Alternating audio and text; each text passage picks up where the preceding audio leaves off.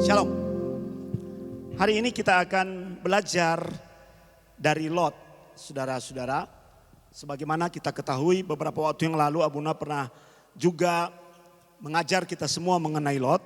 Tapi kali ini kita akan melihat dari sisi Lot, bukan dari sisi Abraham. Terakhir Abuna mengajar dari sisi Abraham.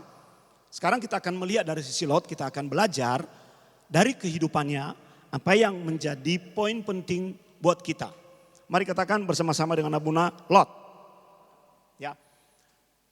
Kita akan membaca mulai dari Kejadian pasal 13 ayat 5 sampai dengan ayat yang ke-11. Supaya kita punya background mengenai apa yang akan kita pelajari. Karena intinya adalah perpisahan Lot dan Abraham. Kita baca sama-sama mulai dari ayat 5, 2, 3. Juga Lot yang ikut bersama-sama dengan Abram mempunyai domba dan lembu dan kemah. Karena itu terjadilah perkelahian antara para gembala Abram dan para gembala Lot. Waktu itu orang Kanaan dan orang Feris diam di negeri itu. Maka berkatalah Abram kepada Lot, janganlah kiranya ada perkelahian antara aku dan engkau dan antara para gembalaku dan para gembalamu. Sebab kita ini kerabat. Lalu Lot melayangkan pandangannya dan dilihatnya lah bahwa seluruh lembah Yordan banyak airnya. Seperti taman Tuhan. Seperti tanah Mesir sampai ke Zoar. Hal itu terjadi sebelum Tuhan memusnahkan Sodom dan Gomora. Sebab itu Lot memilih baginya seluruh lembah Yordan. Lalu ia berangkat ke sebelah timur dan mereka berpisah. Saudara punya gambaran ya bahwa Lot dan Abram akhirnya memisahkan diri karena satu persoalan penting, yaitu ada persaingan antara Lot dan Abram. Saya percaya spirit competition ini tidak dimiliki oleh Abram. Yang memiliki spirit persaingan ini adalah Lot. Makanya kita perlu belajar melihat dari sisi Lot. Abram bahkan dengan lugas berkata, jangan kiranya ada pertengkaran dan persaingan di antara kita lah. Kita ini kerabat. Itu kemenakan Abram, saudara-saudara. Ya, tapi karena Lot sudah di dalam hatinya sudah memiliki spirit kompetisi itu, maka segala tindak tanduk, perilaku, perbuatan dan keputusannya akhirnya menjelaskan siapa dia sesungguhnya. Jadi mereka akhirnya berpisah, saudara-saudara. Abram berkata, ya sudahlah daripada kita berantem. Gembala-gembala berantem untuk memperebutkan pertama tempat air, sumber air. Yang kedua mereka memperebutkan tempat untuk menggembalakan kambing dan domba. Rupanya Lot itu telah menjadi semakin kaya. Seandainya Lot dulu tidak seperti ini, dia tidak akan pernah berantem dengan pamannya. Betul saudara? Tapi karena dia sudah merasa memiliki sesuatu, maka dia mulai tergoda, mulai memiliki spirit of competition itu di dalam dirinya. Dan akhirnya mereka memang berpisah. Nah, coba kita lihat yang menarik di dalam ayat yang ke-10. Lot melayangkan pandangannya dan dilihatnya lah. Perhatikan, Lot belum pergi ke sana, dia hanya melayangkan pandangannya dan dilihatnya lah. Perhatikan ya saudara, apa yang dilihatnya? Seluruh lembah Yordan banyak airnya seperti taman Tuhan. Itu taman Tuhan? Bukan. Itu taman Tuhan? Bukan, tapi seperti taman Tuhan, dilihatnya. Dia tidak tahu bahwa di situ ada kota orang-orang jahat. Makanya hati-hati dengan apa yang kita lihat. Apa yang kita pikir menarik seperti taman Tuhan. Itu kadang-kadang akan menyesatkan tindakan dan perilaku kita, saudara-saudara. Dan akhirnya kita tahu ending dari Lot. Nah, kita akan belajar mengenai dua sisi wajah Lot itu. Pertama kita akan melihat dulu saudara-saudara, mempelajari siapa dia. Leluhur mereka adalah Terah. Mereka tinggal di Ur Kasdim. Terah memiliki 3 orang anak, yaitu Haran, Abraham, dan Nahor. Ketika Haran mati, maka Terah mengambil keputusan untuk membawa seluruh keluarganya pindah ke kota Haran. Kota Haran, ya. Di daerah dekat Syria dan Turki hari ini, saudara-saudara. Dan turut dibawa juga di situ adalah Lot, karena dia sudah tidak punya bapak lagi. Jadi kita tahu di dalam genealogi ini kita mengerti bahwa Lot adalah kemenakan dari Abraham. Dan menurut cerita di luar sumber-sumber Alkitab, Abraham mengangkat Lot sebagai anaknya. Perpindahan ini terjadi pada waktu anak sulung Terah yaitu Haran meninggal dunia. Jadi mereka satu keluarga Hizrah. Mereka akhirnya tiba di kota Haran. Dari sisi namanya Lot itu menarik sekali. Dan bagus nama ini saudara. Boleh kita jadikan sebagai nama kita, nama anak kita. Lot, yaitu covering. Pelindung atau penutup. Pada waktu itu Abram dan Sarah itu belum memiliki anak laki-laki. Dan Lot itu sangat tepat diangkat anak oleh Abram. Karena dia menjadi covering bagi Abram. Anak laki-laki adalah satu disebut di dalam budaya pada masa itu sebagai penerus keturunan. Dia mengcover pada akhirnya kehidupan Abraham dan Sarai. Jadi kita tahu bahwa Lot adalah keponakan dari Abraham sendiri. Artinya masih memiliki hubungan darah dengan Abraham. Kita juga tahu bahwa ketika Haran mati, sebagaimana Abuna jelaskan tadi, Terah melakukan perjalanan dari ke kota Haran dekat Suria dan Turki hari ini. Nah, mereka tinggal di sana. Kemudian Terah juga mati. Nah, itu adalah titik balik di mana Abraham akhirnya membawa seluruh keluarganya, Sarah dan termasuk Lot. Ini menjadi bukti bahwa Abraham ikut mengangkat Lot sebagai anaknya dan mereka berpindah ke Kanaan.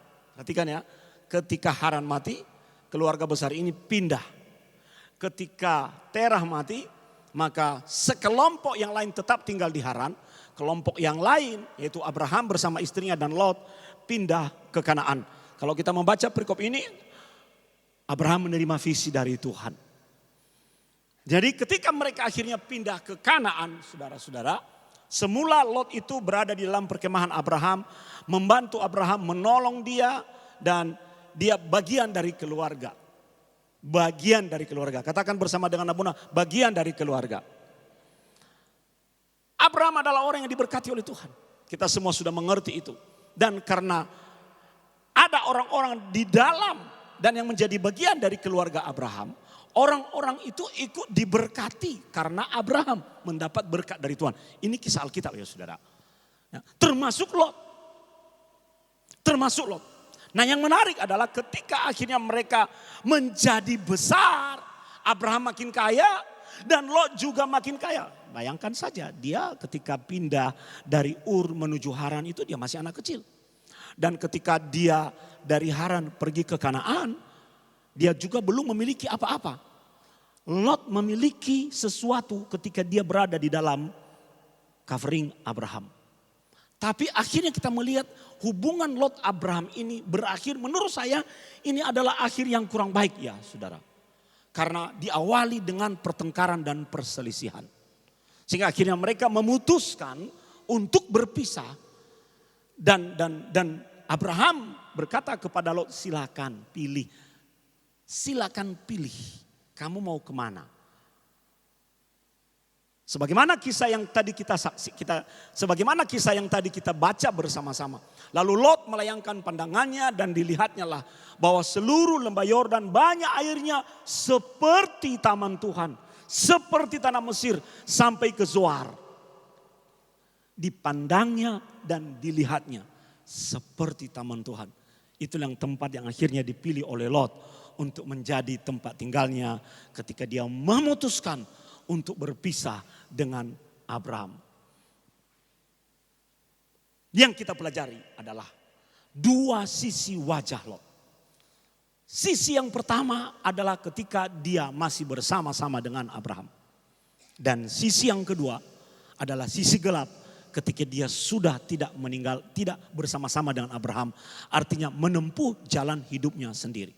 Saudara, saya setuju ya bahwa seorang anak itu ketika di usia tertentu dia akan menempuh jalan hidupnya sendiri. Amin, saudara. Dia akan punya kehidupannya. Apakah demikian dengan Lot? Mari kita akan belajar melihat apa yang terjadi dengan Lot sebelum dia berpisah dan sesudah dia berpisah dengan Abraham. Saya sengaja menggunakan AI untuk menggambar foto ini, saudara. Ya, coba lihat yang satu sisi terang dan satu sisi gelap. Titik baliknya adalah hubungannya dengan Abraham. Dan itu yang akan menjadi pelajaran buat kita pagi ini. Yang pertama adalah sisi terang. Ketika Lot berada di samping Abraham, saudara, maka kita akan belajar satu kata kunci dari hubungannya, yaitu kesetiaan. Mari katakan bersama dengan Abuna, kesetiaan. Ketika dia berada di samping Abraham, Lot adalah contoh yang sangat indah mengenai yang namanya setia. Coba kita lihat. Lot telah hidup dari kecil. Dia sudah mengenal pamannya dari Ur. Kemudian dia ikut rombongan kakeknya untuk pergi ke Haran. Dan dia juga mengenal pamannya. Dan ketika kakeknya meninggal, dia memutuskan untuk mengikuti pamannya. Berarti ada satu hubungan yang spesial antara mereka. Haleluya. Praise the Lord. Ada satu hubungan yang sangat istimewa. Ketika akhirnya kehidupan orang-orang para penyintas ini berakhir di Kanaan. Kita melihat bagaimana Lot berhasil mensubstitusi kehidupannya di dalam kehidupan Abraham. Seperti kita orang Kristen. Sebenarnya kita tidak mendapat berkat Elohim itu, tidak. Tapi melalui Yesus kita mendapat berkat Elohim. Amin. Berkat yang ada atas Abraham itu turun kepada kita. Kenapa? Kan kita bukan orang Israel, bukan keturunan DNA Abraham. Tapi kenapa kita bisa mendapat berkat Abraham? Karena kita sudah disubstitusi, dimasukkan di dalam jalur berkat itu. Melalui siapa? Melalui Yesus. Jadi kalau ada orang Yahudi berkata, aku orang yang diberkati, saya akan berkata kepada dia, aku juga orang yang diberkati. Dia berkata, kenapa bisa? Saya kan keturunan langsung Abraham. Oh no, karena kami punya Yesus. Dan itu yang membuat berkat bapamu Abraham itu juga mengalir dalam kehidupan kami. Inilah yang terjadi dalam hubungan Lot dengan Abraham. Karena dia tersubstitusi dalam kehidupan Abraham, maka berkat yang turun atas Abraham juga turun dan mengalir di dalam hidupnya. Bilang amin.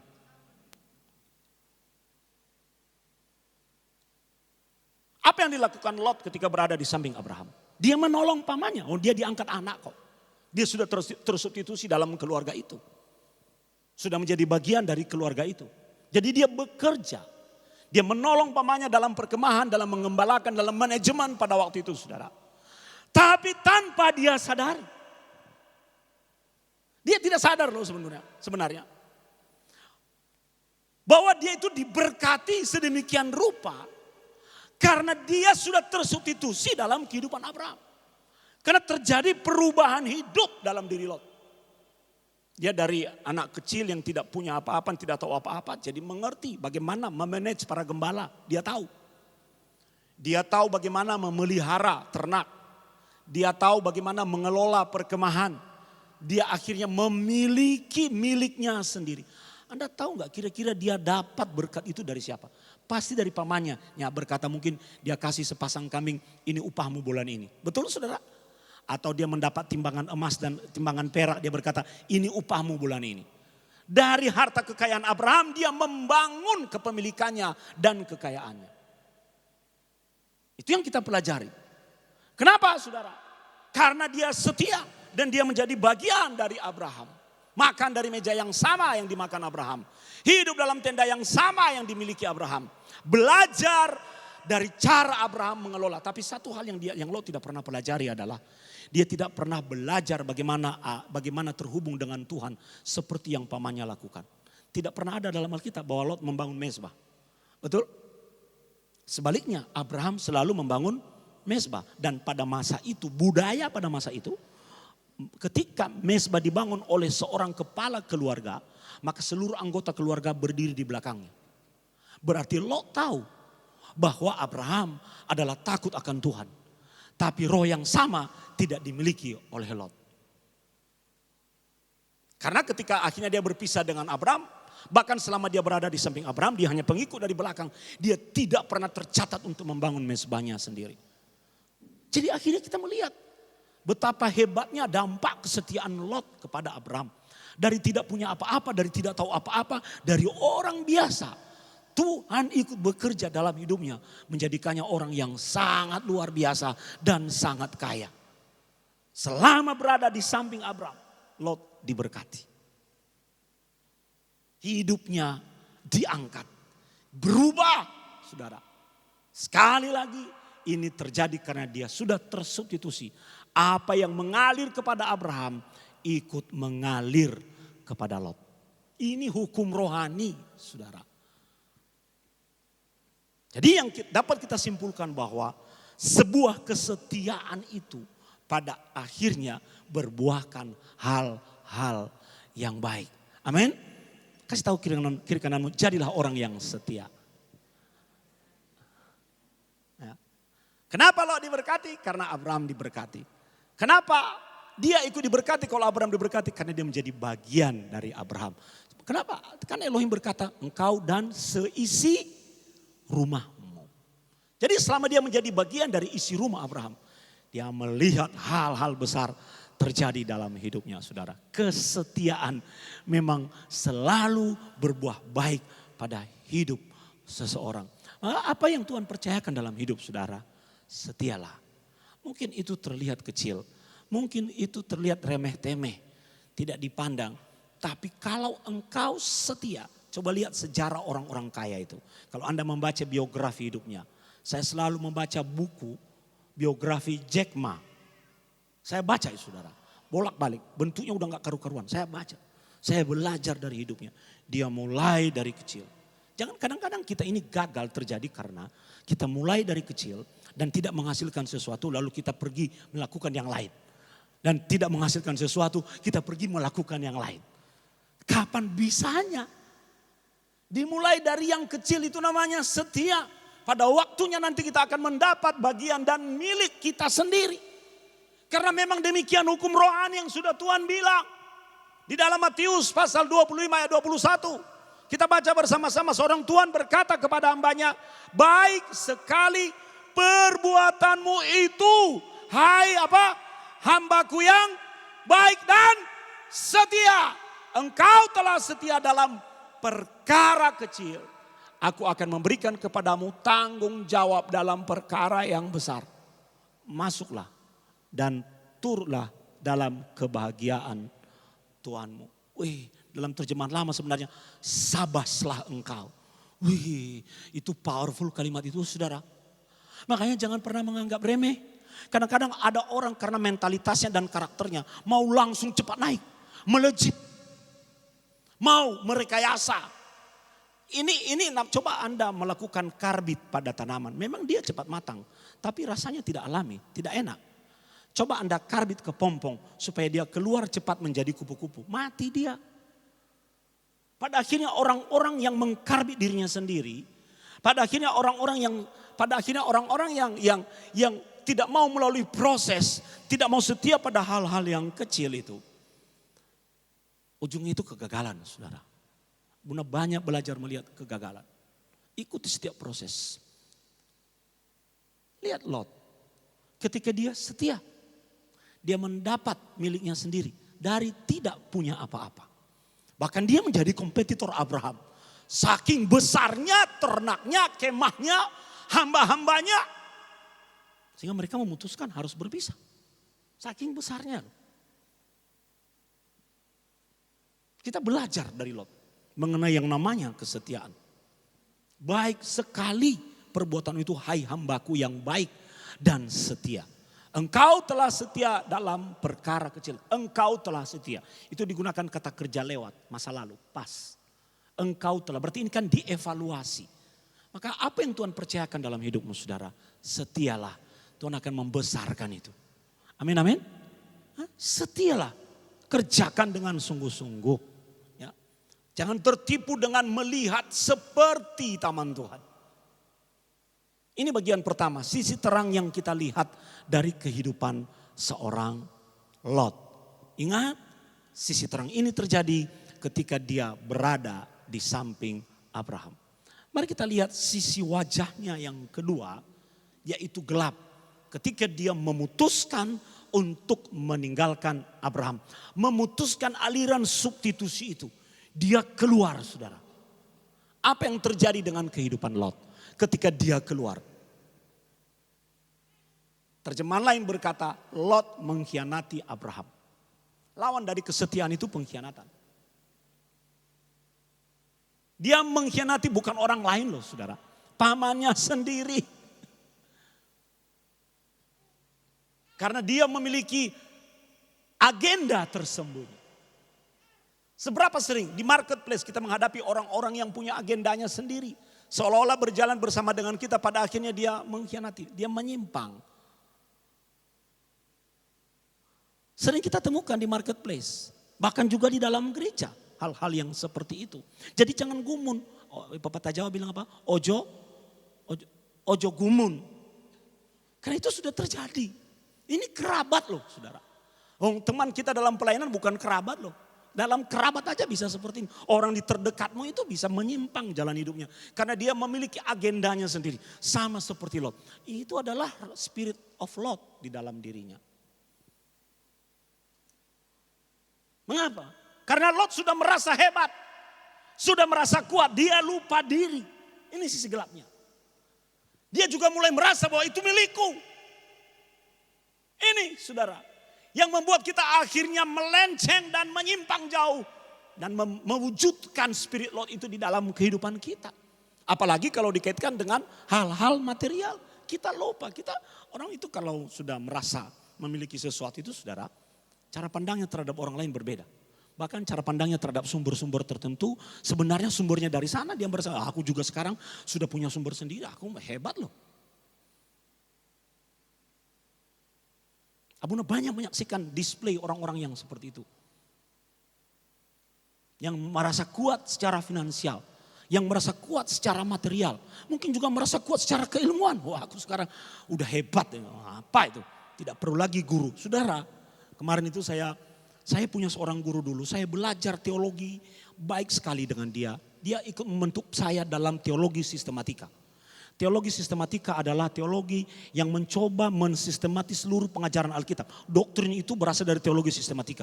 Bagaimana Tuhan, sifat-sifat Tuhan, bagaimana malaikat. Saya dulu datang, dia memberi keringanan kepada saya saudara. Dengan cara apa?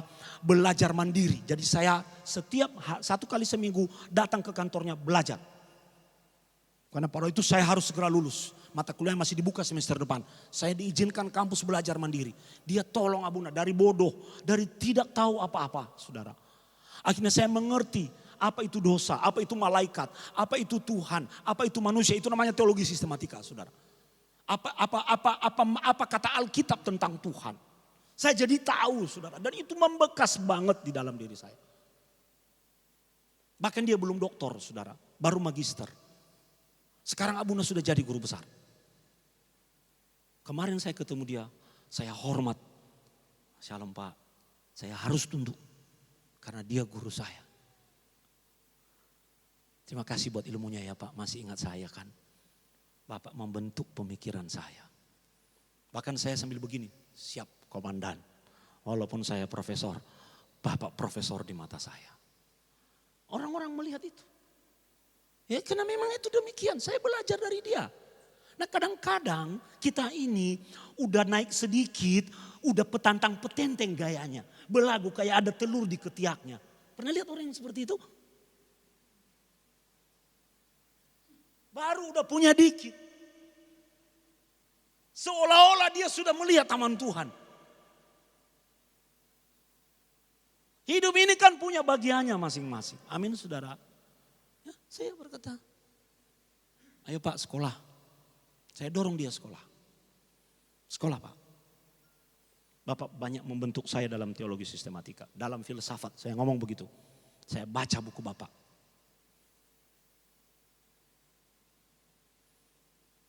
Seandainya saya seperti Lot. Saya tunggu dia datangin saya untuk salamin saya. Oh profesor. Ya toh? Ya kan?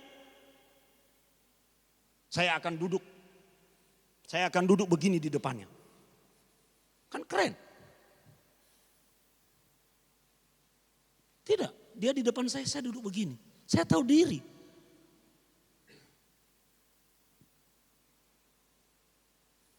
Ini yang tidak dimiliki oleh Lot. Abuna itu berlatih loh saudara hal yang seperti ini. Ini yang tidak dimiliki oleh Lot. Dia lupa diri dia siapa.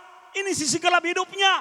Dia lupa diri siapa yang kasih dia makan. Dia lupa diri siapa yang menjadi mentor buat dia. Dia lupa diri. Dan dia mau merintis dirinya sendiri. Ini namanya mentas sebelum waktunya. Jangan lupa saudara. Siapa guru-guru terbaik yang membuat hidupmu diangkat itu jangan lupa. Jangan lupa itu. Kehidupan ini pembelajaran, amin. Ya, kita belajar dari orang lain. Makanya disebut ini pengkhianat. Akhirnya terjadi persaingan. Coba lihat dari Abraham, saudara. Ketika Abraham mengatakan kepadanya, mereka berada di tebing. Pilih sekarang, kau ke kanan, aku ke kiri. Kau ke depan, aku ke belakang. Pilih. Apa yang direspon oleh Lot? Karena udah ketahuan baunya, udah ketahuan dari tanda-tandanya. Dari sosial medianya udah ketahuan. Udah ketahuan mambunya itu saudara. Seharusnya kan dia mengontrol gembalanya, benar ya? Dia berkata, hei mulai sekarang tidak boleh bersaing. Kalau di situ ada gembala Abraham, jangan ke situ, cari tempat lain. Kalau gembala Abraham sudah duluan di sumur, jangan ke situ, pergi ke tempat lain. Harusnya begitu yang baik, amin amin. Tapi karena dia merasa sudah kuat, dia berkata kita harus split. Inilah nilai yang ada dalam diri Lot. Sisi gelapnya yang seperti itu, saudara. Dia malah menerima tantangan Abraham. Maka kita bisa melihat Lot keluar dari jalan hidup Abraham dan memutuskan jalan hidupnya sendiri. Dan segala rencananya mengenai kota di lembah Yordan yang sangat memikat mata. Tahu kenapa barang-barang itu didisplay? Di toko itu, tahu kenapa? Supaya terpikat. Benar toh? Iya. Kalau memang orang, karena ada hukum ekonomi, hukum dagang. Pikat mata orang, hatinya akan terpikat. Makanya ada iklan itu. Ada dulu satu merek minuman bersoda, dia menggunakan strategi flash. Menggunakan sinkronisasi dengan otak manusia. Jadi ketika dia iklan, dia nge-flash, hilang lagi. Untuk menanam informasi itu di kepala manusia. Sehingga akhirnya orang mencari itu. Makanya hati-hati ya saudara. Pikatan itu tidak dimulai dari hati. Pikatan itu dimulai dari mata. Pepatah berkata cinta dari mata turun ke hati. Kalau engkau sudah terpikat olehnya, otakmu beku. Gerot. Tahu gerot? Geger otak. Karena udah terpikat, itu yang terjadi oleh Lot. Gerot. Serius loh. Ini bukan hanya soal cinta. Makanya kalau kenalan sama gadis itu, jangan lihat foto Facebooknya. Udah filter. Udah filter. Kemarin itu ada orang loh saudara. Aplikasi itu kirim ke saya permintaan pertemanan. Cantik sekali saudara. Dia gini. Rambutnya kayak dia ada foto di tiup angin. Saya penasaran karena terpikat oleh mata. Pendeta juga manusia. Iya. Saya klik, saya buka profilnya. Lo kok yutku dewe.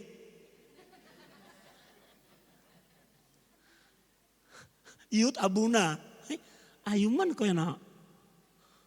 Ya saya terima pertemanannya. Hati-hati. Apa yang menarik itu. Untuk membangkitkan keinginanmu itu dimulai dari matamu. Hati-hati saudara. Apalagi kalau ada yang lewat dengan bergaya.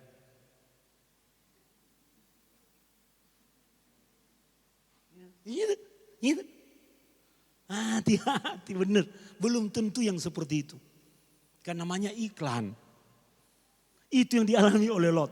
Karena itu akhirnya dia keluar dari jalan hidup Abraham. Padahal sebenarnya dia belum siap dari sisi karakter. Saya percaya suatu saat pasti Abraham akan merilis dia. Betul saudara?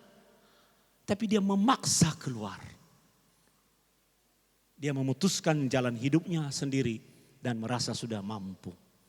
Nah, dan kita tahu akhir dari pengkhianatan adalah kehancuran yang dialami oleh Lot. Karena dia mengkhianati pamannya, apa yang terjadi? Dia kehilangan apa yang dia miliki selama ini. Hilang toh? Ketika terjadi penghancuran Sodom dan Gomora, semua harta diapain? Ditinggal, hancur.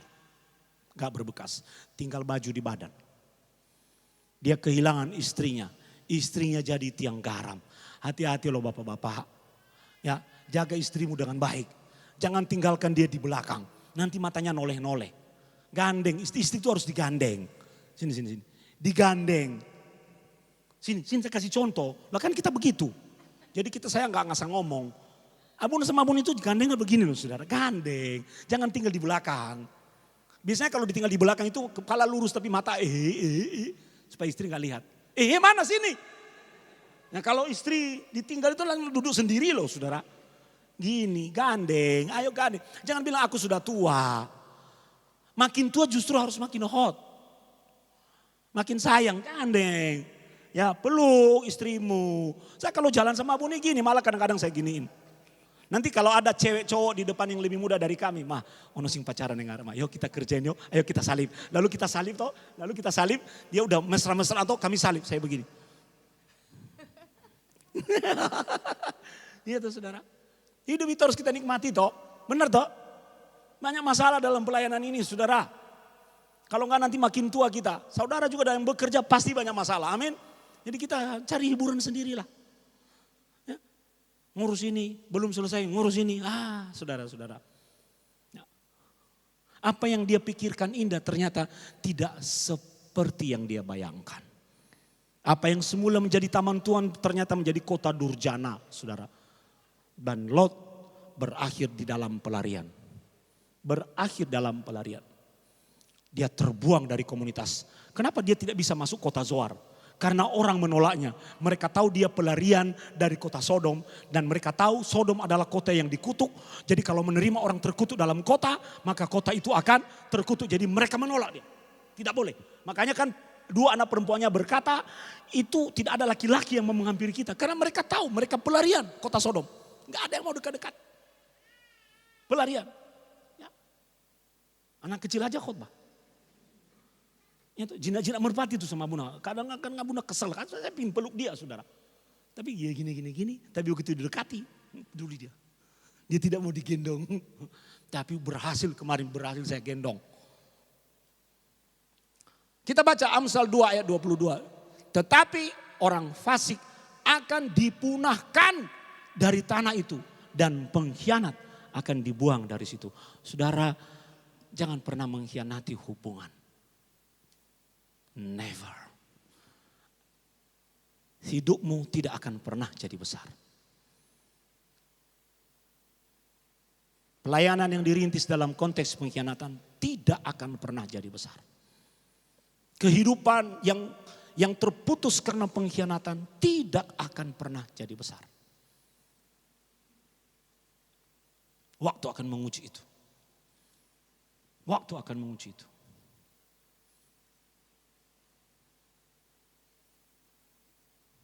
Terbuang, saudara. Maukah kita terbuang seperti Lot?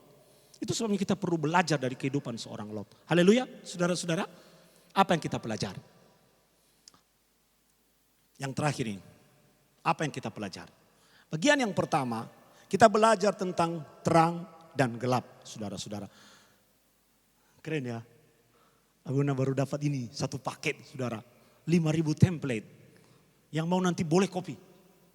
Ya, siapkan saja USB yang besar. Keren ini, saya jadi senang ngajar ini. Sisi terang dan gelap selalu ada dalam diri manusia. Amin, amin, amin. Pasti selalu ada. Nggak mungkin nggak ada, kita nggak mungkin terang aja. Orang paling jahat seperti apapun, artinya dominan gelap, pasti dia punya sisi terang. Benar kan? Bapak yang jahat saja tidak pernah memberikan yang beracun kepada anaknya. Selalu ada sisi terang dan gelap dan keduanya saling tarik-menarik untuk merebut pengaruh dalam mewarnai dan menentukan sikap dan perilaku kita sebagai anak Tuhan. Ya tentunya kita sebagai anak Tuhan harus bertindak di dalam terang. Amin saudara. Ya, harus bertindak di dalam terang. Itu yang kita pelajari. Lot tidak menuruti terangnya. Dia keluar dari terang dan menuju gelap. Hal yang kedua saudara. Kita belajar dari Lot agar tidak salah melangkah. Agar tidak meninggalkan kesetiaan dan merasa diri sudah kuat dan mampu. Saudara, Abuna selalu belajar ya bahwa selalu ada langit di atas langit. Selalu ada orang yang lebih pintar dan lebih tahu dari kita. Selalu ada orang yang lebih kaya, lebih mampu dari kita. Jadi lebih enak berjejaring daripada buat musuh. Lebih enak membangun hubungan, saudara-saudara. Ya. Kita belajar dari Lot bagaimana dia membreak semua hubungan yang baik. Tanpa dia sadari, semua aliran berkat rohani itu juga terputus dengan sendirinya. Dan seringkali itu penyesalan datang belakangan. Dan sudah tidak ada gunanya. Sudah tidak ada gunanya. Makanya jangan suka nancapkan paku di hati orang. Walaupun Anda akhirnya mencabut paku itu, bolongnya tetap ada. Nggak ada gunanya. Pelajaran yang ketiga, saudara-saudara, pemain musik maju ke depan. Hal-hal yang selalu mendorong kita ke arah sisi gelap itu ternyata ambisi, saudara. Lot itu sangat berambisi, dia juga mau menjadi keren seperti Abraham. Dia belum waktunya, dia mau cepat-cepat keren, saudara. Ambisi, arogansi, sombong, dan merasa memiliki sesuatu. Keinginan daging dan kekecewaan. Hati-hati saudara, ada orang-orang kecewa hatinya bisa berubah. Makanya hati-hati, jangan terlalu cepat kecewa. Kalau ada sesuatu atau situasi yang tidak sesuai dengan keinginanmu, nanti hatimu berubah. Belajar mengendalikan diri dulu, jangan cepat-cepat memberikan respon. Yang keempat, sisi terang itu terjadi karena ada orang-orang yang tetap setia di dalam panggilannya. Belajar menjadi hamba, membangun menjadi seorang pembangun hubungan, dan orang-orang yang memegang komitmen. Begitu caranya. Kalau kita mau ke sisi yang gelap, kita lakukan poin nomor 3. Sebaliknya, kalau kita mau ke sisi yang terang, kita lakukan poin nomor 4. Dan saya mendorong kita untuk melakukan poin nomor 4 dan meninggalkan poin nomor 3. Amin. Tapi yang namanya sifat itu selalu ada. Hendaklah yang nomor 4 itu yang dominan di dalam diri kita. Kita akan lihat hidup kita itu akan indah. Ketika pada waktunya.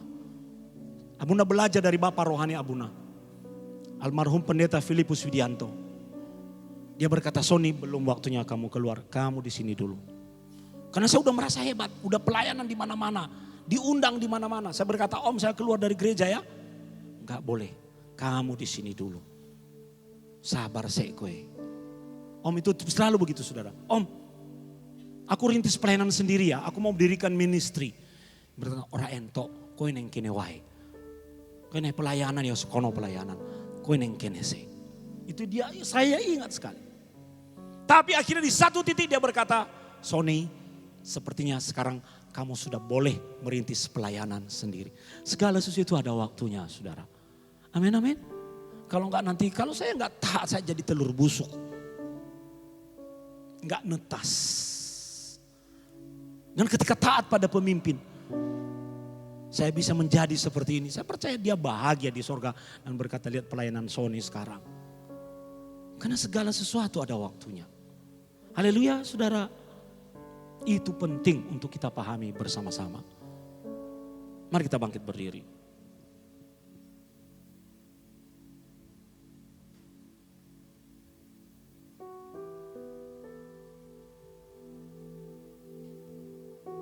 Letakkan kedua tanganmu di dadamu.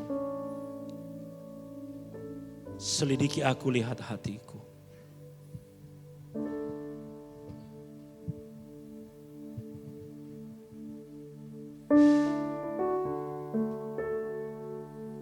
Selidiki setiap hati kami Tuhan. Karena kami masih manusia yang berada di tubuh daging ini. Kami belajar dari kehidupan Lot hari ini. Kami tidak mau berakhir